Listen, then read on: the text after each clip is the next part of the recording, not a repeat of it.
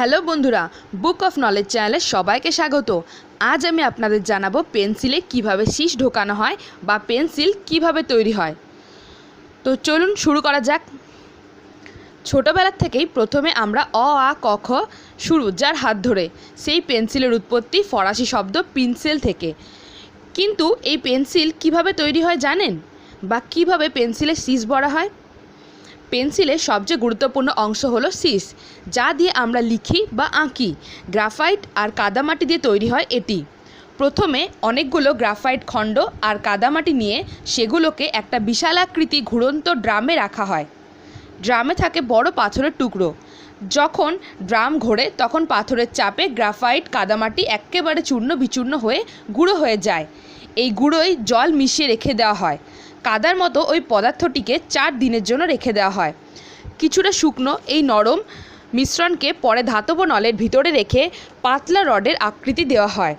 এই রডগুলোকে পেন্সিলের সমান আকারে কাটা হয় মেশিনের সাহায্যে। শীষগুলোকে শুকোনোর জন্য রাখা হয় কনভেয়ার বেল্টে। এরপর ওভেনে রেখে উত্তপ্ত করা হয় যাতে শীষগুলো আরও শক্ত হয়। এবার আসা যাক কাঠের কথায়। পেন্সিলের জন্য মূলত সিডার গাছের কাঠ ব্যবহার করা হয়। এতে সুগন্ধ থাকে আর এর আকারও সহজে বিকৃত হয় না।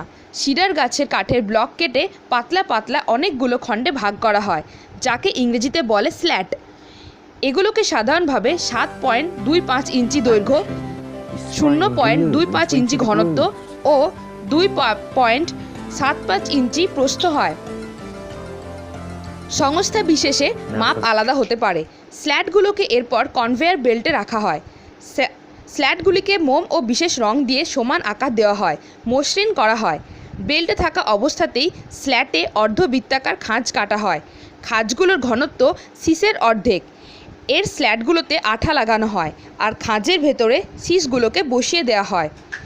অন্যদিকে অপর কনভেয়ার বেল্ট আলাদা স্ল্যাট বহন করে। এগুলোর আকার, খাঁজের ধরন সবই পূর্বোক্ত স্ল্যাটগুলোর মতোই, শুধু এতে আঠা লাগানো হয় না। খাঁজগুলোতে শীষও থাকে না। এইসব স্ল্যাটকে আগের ধাপের উল্লেখ করা স্ল্যাটগুলোর ওপর বসিয়ে দেওয়া হয়। এভাবে একটি স্যান্ডউইচ তৈরি হয়। এইসব স্যান্ডউইচকে বেল্ট থেকে তুলে ক্ল্যাম্পের সাহায্যে আটকে রাখা হয়।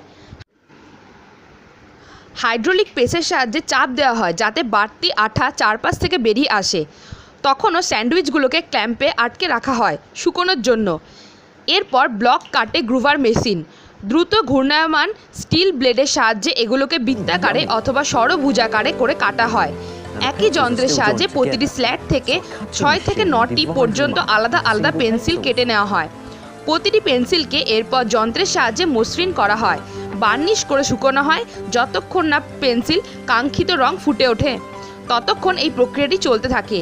শেষে পেন্সিলের পেছনে আঠা অথবা ধাতব কাটার সাহায্যে ধাতব কেস লাগানো হয়। কোনো ক্ষেত্রে এরপর কেসের ভিতরে রবার বসানো হয়।